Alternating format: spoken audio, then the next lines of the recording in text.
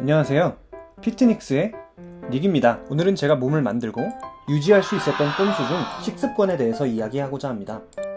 먼저 이렇게 말씀드리고 싶습니다. 식단하지 않으셔도 된다. 당최 뭔 소리가 싶으시죠? 식단이라고 하면 어떤 이미지가 떠오르시나요? 많은 분들께서 아마도 이런 그리고 이런 식단을 떠올리시리라 생각합니다.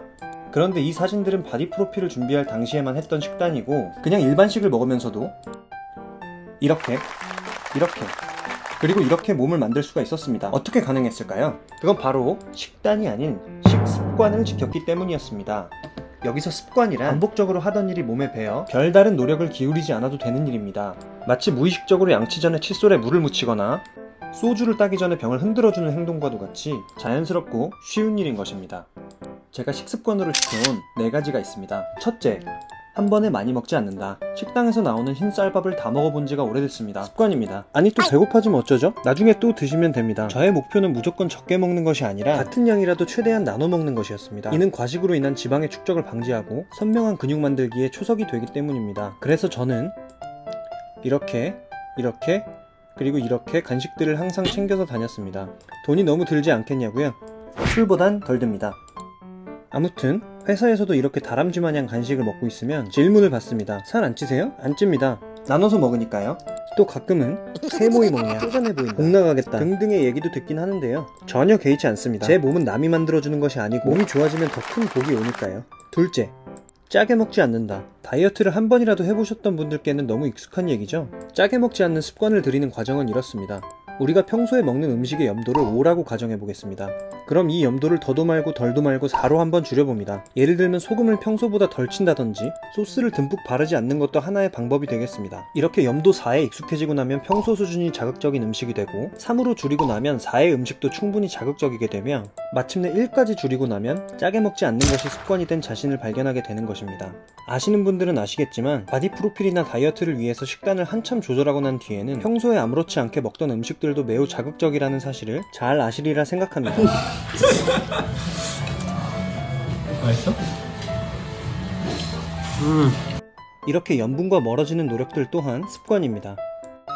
셋째, 군것질은 양을 정해두고 먹는다. 평생 군것질을 안하고 살 수 있을까요? 확실히 불가능합니다. 그래서 양을 정해두고 먹습니다. 과자를 한 봉지 먹을 때를 예로 들어보겠습니다. 아시겠지만 과자 한 봉지를 들고 먹다가 중간에 멈추는 일은 머리를 감다가 단수가 되는 일만큼이나 고통스럽습니다. 그래서 이 과자를 어딘가에 덜어서 먹을 양을 정해두는 것이죠. 나눠서 담아둔 과자를 다 끝내고 나면 정해진 할당량은 끝냈기 때문에 요상한 정신적 포만감을 느끼실 수 있습니다. 먹을 것을 도중에 포기했다는 아쉬움이 들지 않고 절제된 할당량을 끝냈다는 뿌듯함만 남는 것입니다. 넷째, 물을 많이 마신다. 연인과 헤어지고도 선물 받은 명품은 목숨 걸고 지니고 다니는 사람 마냥 언제나 물병을 지니고 다녔습니다. 심지어 이렇게 전파를 하기도 했는데 쉽지는 않았습니다. 물 마시기의 중요성을 간과한 두 사람 모두 꼭 뚱보가 됐으면 좋겠습니다. 물 마시기의 중요성은 여러가지 측면에서 설명드리기 위해 나중에 따로 다른 영상에서 심도 있게 다뤄보려고 합니다. 그 내용이 궁금하시다면 지금 구독과 알림 설정. 아무튼 몸 만들기를 사이클에 빗대어보면 초반부터 너무 빨리 달리는 사람은 금방 지쳐버리게 되고, 반면에 페이스 조절을 해가며 달리는 사람은 더 오래 그리고 더 멀리 뛸 수가 있습니다. 마찬가지로 지금까지 말씀드린 4가지 식습관은 급진적인 효과를 줄 수 있는 것들은 아닐지라도 몸을 만드는 데 있어서 가장 큰 변화에 가장 의미 있는 바탕이라고 생각합니다. 지구에서 날려보낸 우주선의 폭발 중 대부분이 사소한 부품의 결함에서 비롯되었다는 사실을 혹시 알고 계신가요? 심지어 1986년에 쏘아올린 챌린저5는 고무링 하나의 탄력성 문제로 폭발해버렸다고 합니다. 천문학적인 금액을 들여 완성한 고급 기술의 집약체가 고작 작은 부품 하나로 인해 우주를 향한 인류의 꿈과 함께 산산조각이 났다니 놀랄만한 일이 아닐 수 없습니다. 이처럼 결과를 송두리째 바꾸는 요인이 보이지 않는 미세한 차이에서 비롯되는 경우가 세상에는 너무나도 많습니다. 운동이나 다이어트가 마음먹은 대로 되지 않는다면 무리하지 마시고 오늘 말씀드린 작은 습관들부터 바꾸고 정착해 나가시는 건 어떨까요?